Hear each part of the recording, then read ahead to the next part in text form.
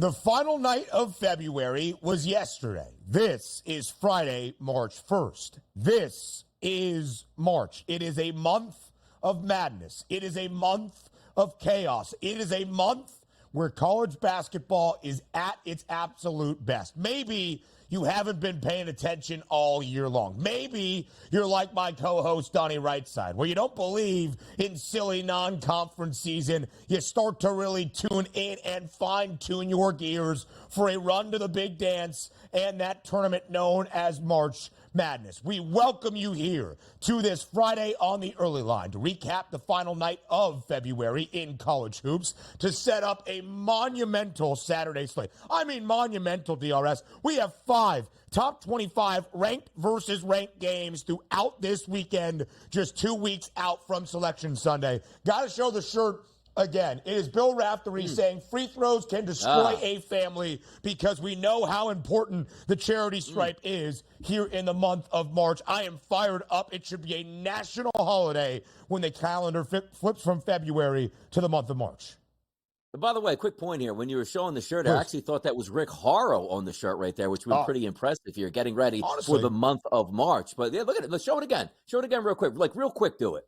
Look at this. Watch. Oh, yeah, Rick Horrow right there. All right. Coming in from Florida. About to have some pickleball action right there. Love it. There you go. Get in the spirit of the business at this point now. So I appreciate it. Yeah. I could make Raph speak because the microphone is right in his face.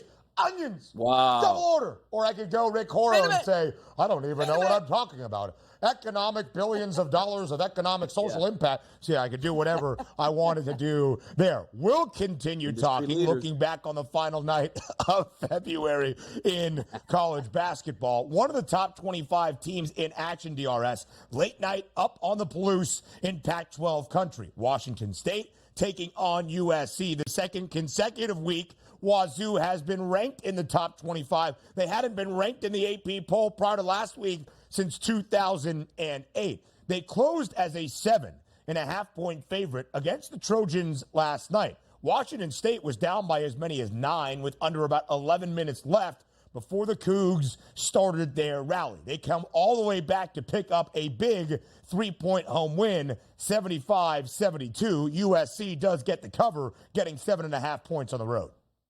Yeah, by the way, you take a look at a handicap that I had yesterday, why I like USC. I thought you were getting some value in them. 7 points I thought was too much. And quite frankly, they could have won that basketball game. But sometimes it works out exactly the way you would think. Told you yesterday, Ben, that we're looking at USC beyond the arc. They don't really care about shooting the 3-point shot. Only shot 10 of them and only made 2. But the one thing that they do is score inside the paint. And also, Washington State will let you score inside the paint. USC got 25 buckets inside the 3-point line yesterday to hang around in that basketball game. Now, granted, USC is not going to March Madness unless they get that automatic bid by winning the Pac-12, which they're not going to do. But still, late in the season, you can find some of those mismatches that you think make some sense. And also, from your point of view, Washington State really needed that basketball game for that seed line, right? They got the victory, but also USC, a pretty good talent here, up at the break here, couldn't hold on, and who cares? You got the money line win. I got the cover here. It was a perfect storm in the handicap. It wasn't one of those like, yeah, I won it, but boy, I didn't see the game going that way. It was exactly the way, Ben, I thought that game would play out, and worked out perfectly.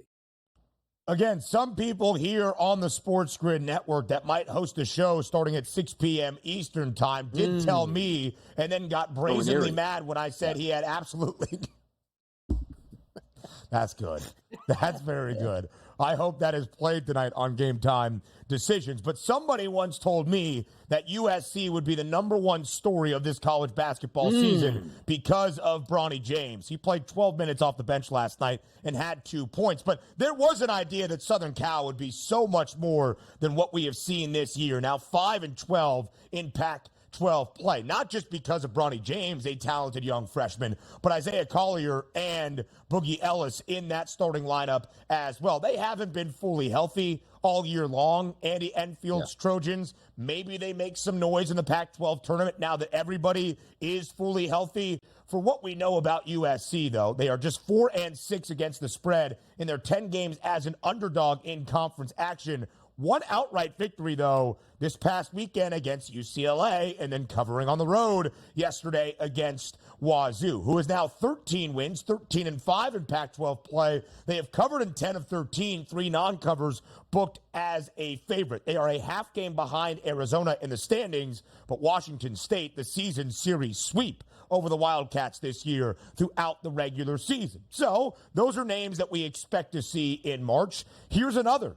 And we obviously just often put Gonzaga into the NCAA tournament, at least in one of the top 4 seed lines for that bracket when it is revealed over 2 weeks from Sunday on Selection Sunday. Not necessarily the case for the Zags this year, but they are playing much better basketball. Make that 7 straight wins for Gonzaga. Last night, a semi-away neutral site game in San Francisco against USF. That's the University of San Francisco, but not at the Don's home arena inside the Chase Center where Golden State plays its home NBA games. Gonzaga gets a big victory, though, to make it 7 in a row, 86-68. The Bulldogs cover DRS as a 4.5-point favorite.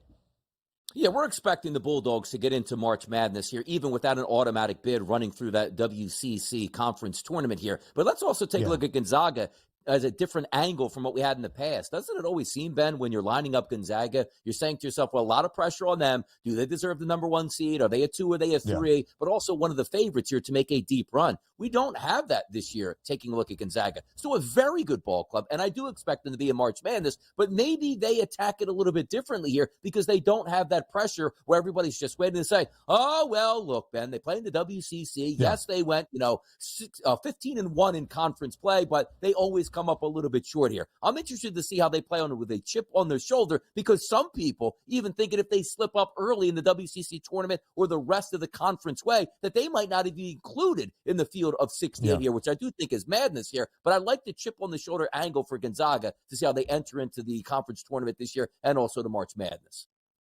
A quad 1 win for the Zags last night in that neutral site game. They need to bolster the resume. They cover as a 4.5-point favorite. Gonzaga was 11-5 DRS on January 11th after a loss to Santa Clara early on in WCC play. From that point, make it 12-13 now for Mark Few's crew. They have won 7 straight. Graham Ike, a highly touted transfer from Wyoming, big last night for the Zags, a game-high 26 points. There's a lot of returning talent on this Gonzaga team that you'll recognize from last year's NCAA tournament run, and they added Ryan Nemhart, the transfer from Creighton, now playing for the Zags, who is a sensational point guard. A lot of talent. And don't just think because the Bulldogs won by nearly 20 points that USF is a walkover. They were 11-3 in WCC play entering last night. So a huge game between Gonzaga and St. Mary's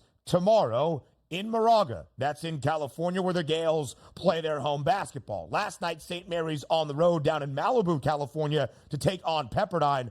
14.5-point favorite, and St. Mary's covers that number, winning by 26, 83-57.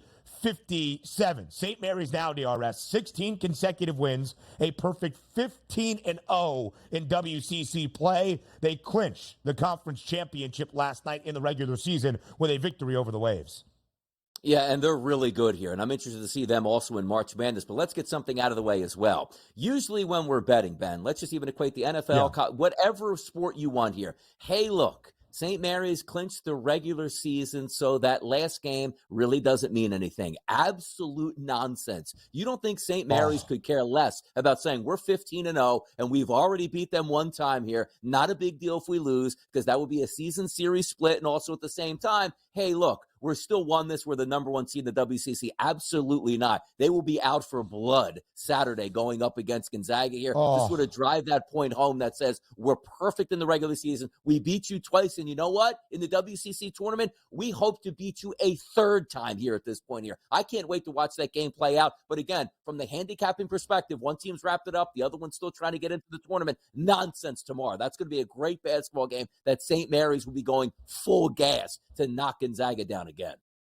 St. Mary's 15th in the net, a quad 1 opportunity if the Zags can win on the road. The line not out just yet, but if you use the Kenneth Pomeroy numbers, he projects a St. Mary's 72-70 victory. Total in the low 140s, 2.5-point spread perhaps in favor of the Gales at home. Game tips at 10 p.m. Eastern time in Moraga. Please do not go to sleep early on a Saturday. Here's one of the best stories, DRS, in college basketball, certainly in the Big Ten, in the last 2.5 weeks. After Ohio State fired Chris Holtmann, Jake Diebler, longtime Ohio State member of that basketball program, takes over as the interim head coach.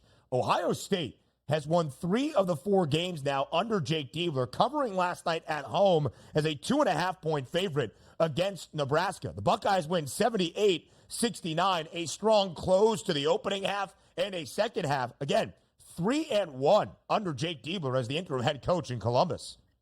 And by the way, winnable games on the way out, too, because you're right. They beat Michigan State on the road, which was a great victory in a late shot. Then they handled Nebraska, a quality opponent at home. Michigan at home should be a victory for them. And also going to Rutgers, which is always tough to play in New Jersey, but not the same Rutgers team that we've seen over the past couple of years in the Big Ten. Could this be one of those teams that gets hot at the end of the regular season, making a coaching change, picks up a couple W's here down the stretch, and also in conference tournament play? How about that? Ohio State resurrected here, Ben, from March.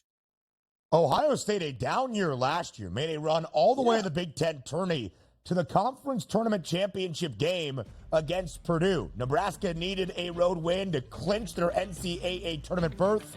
They'll still have another opportunity against Michigan. We're back on the early line next.